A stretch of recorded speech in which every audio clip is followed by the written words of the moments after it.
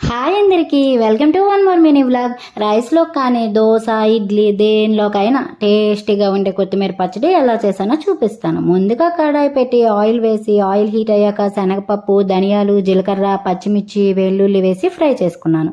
అవి ఫ్రై అయ్యాక కట్ చేసి పెట్టుకున్న టమాటా ముక్కలు వేసుకున్నాను.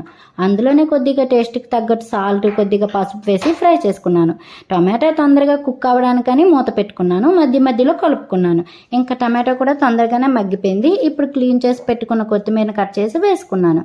కొత్తిమీర టమాటో కలుపుకున్న తర్వాత ఇంకా బాగా ఫ్రై అయ్యాక కొద్దిగా చింతపండు వేసి స్టవ్ ఆఫ్ చేసుకున్నాను. ఇంకా టమాటో కొత్తిమీర చల్లగా అయ్యాక మిక్సీ పట్టుకున్నాను. తాలింపు కోసమని ఇంకో కడాయి పెట్టి ఆయిల్ వేసి ఆయిల్ హీట్ అయ్యాక ఆవాలు, జీలకర్ర, మినపప్పు, ఎండుమిర్చి, కరివేపాకు వేసి ఫ్రై చేసుకున్నాను. తాలింపు ఫ్రై అయ్యాక టమాటా కొత్తిమీర పచ్చడి వేసి కలుపుకున్నాను.